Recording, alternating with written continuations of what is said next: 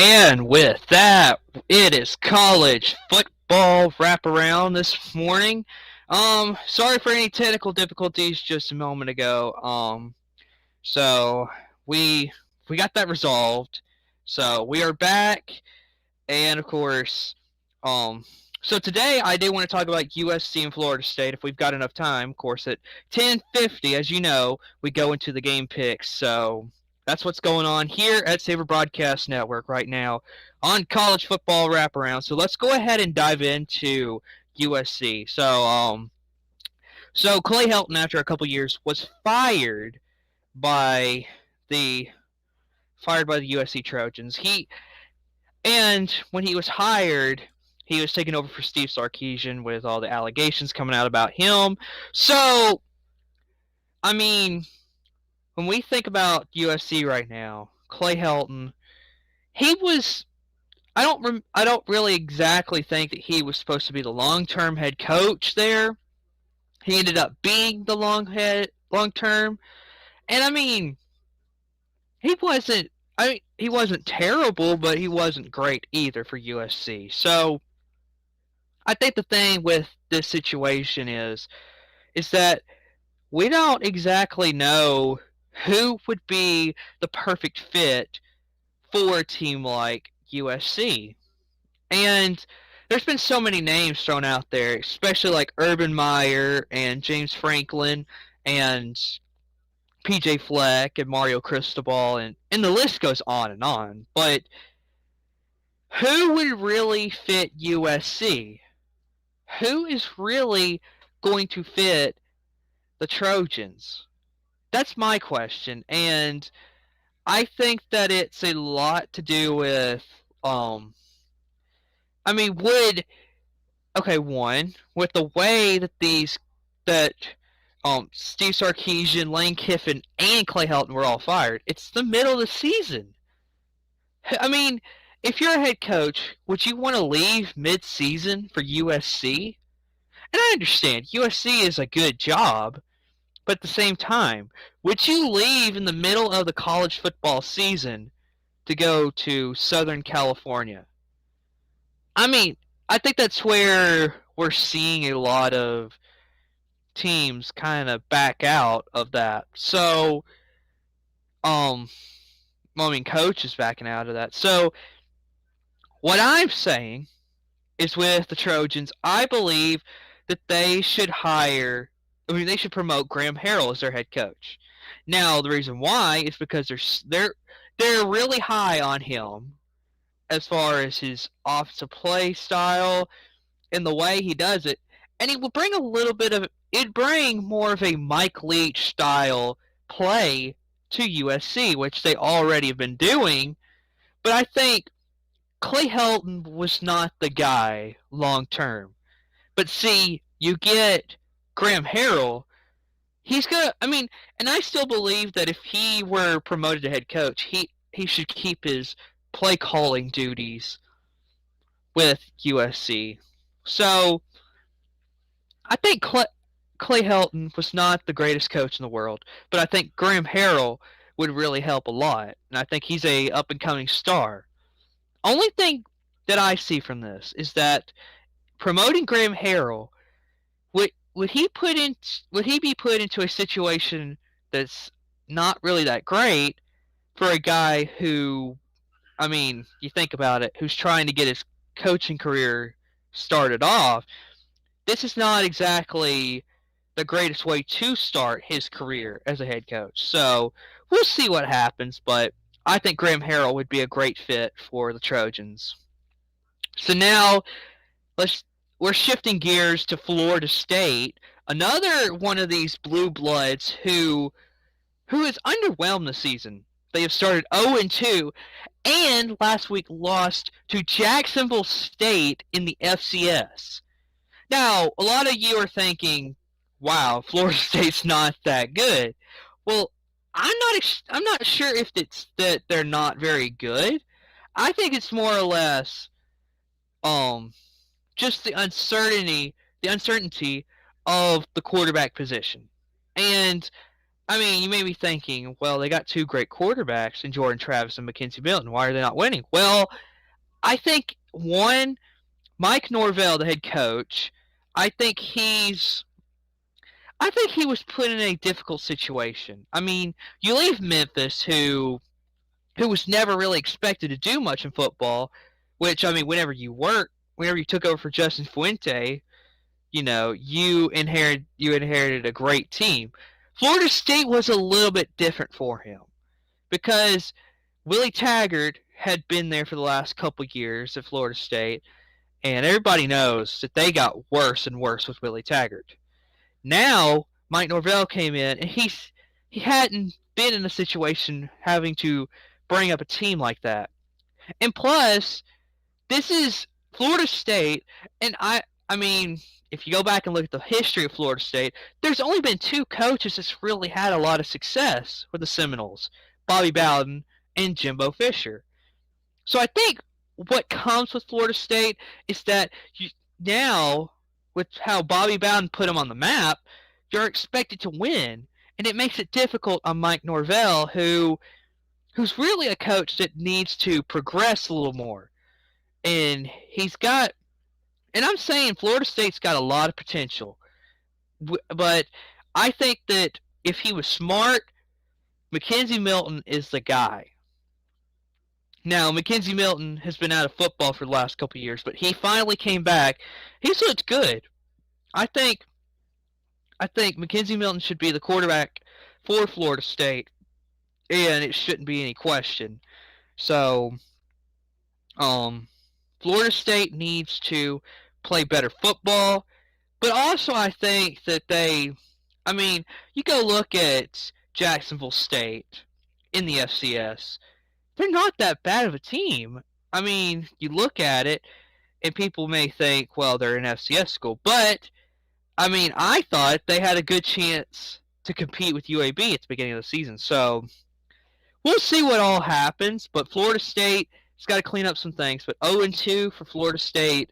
It's been a little bit of a rocky road since Jimbo left, and I think that the way Jimbo Fisher left Florida State has hurt them a lot because I mean, just the way how he left unexpectedly, took more money, went to Texas A&M, which, in all honesty, I mean, is that really a better job than Florida State? So, I mean, the fans did not enjoy the fact that Jimbo left like that, and it doesn't look great, but at the same time, Jimbo's had success. So, well, he's had some success with A&M so far.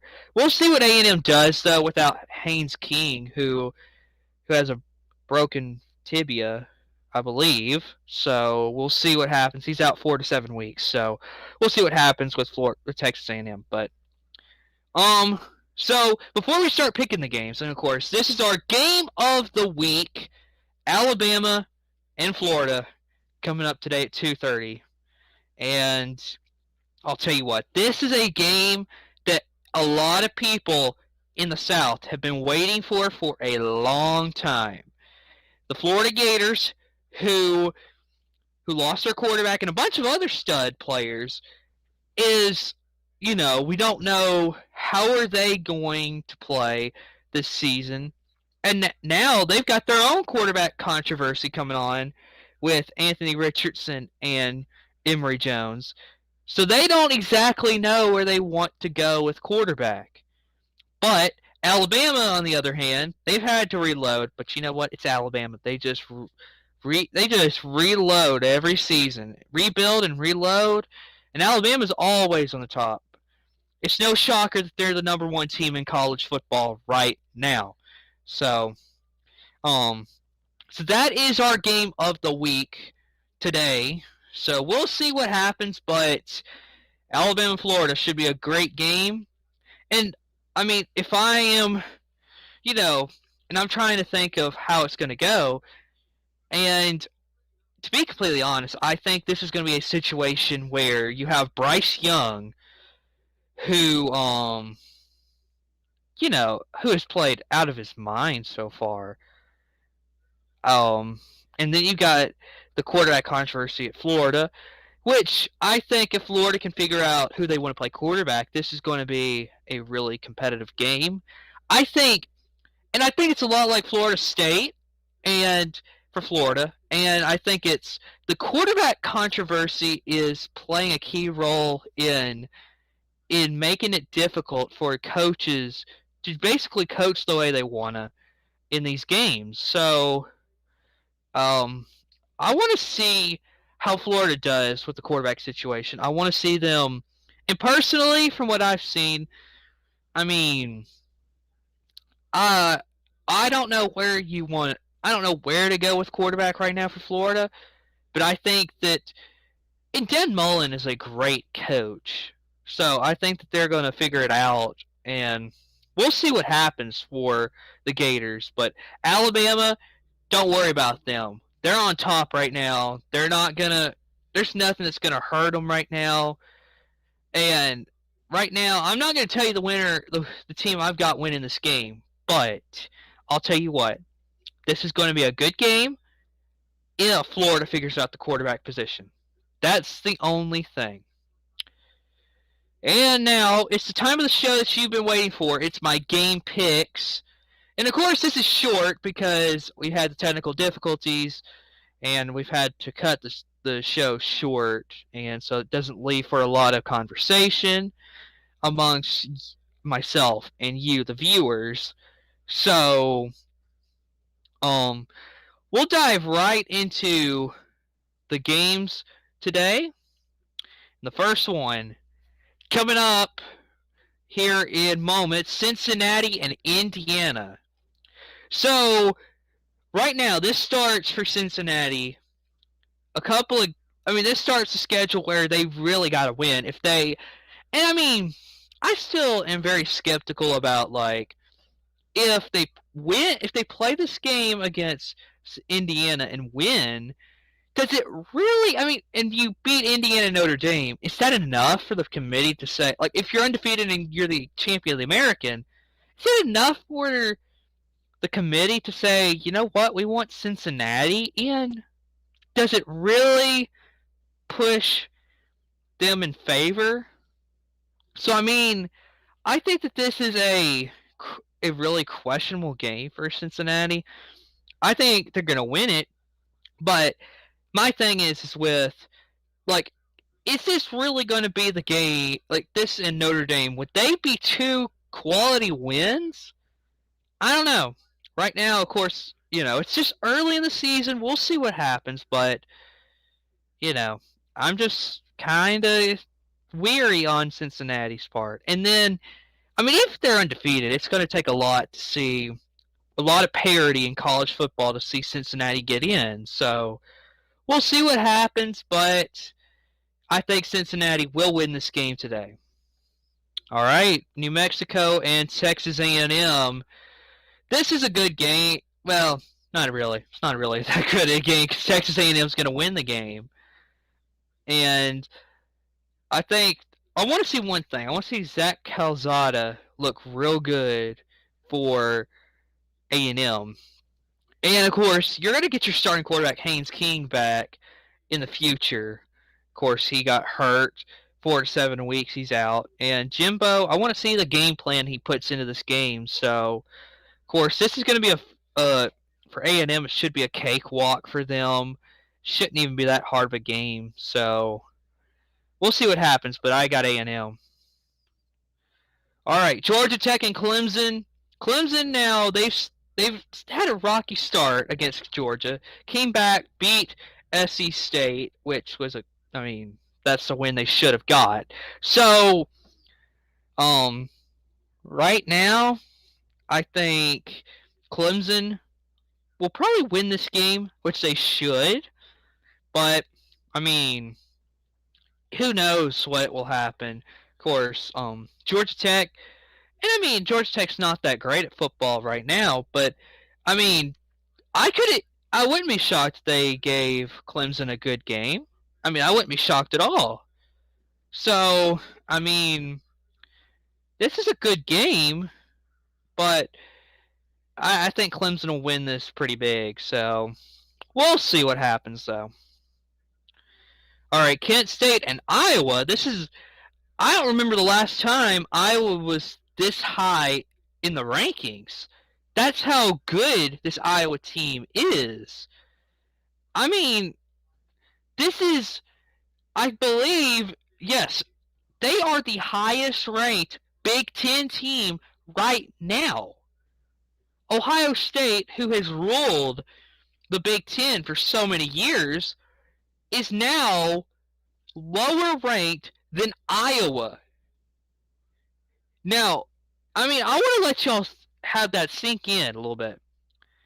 The Iowa Hawkeyes are better than the Ohio State Buckeyes right now.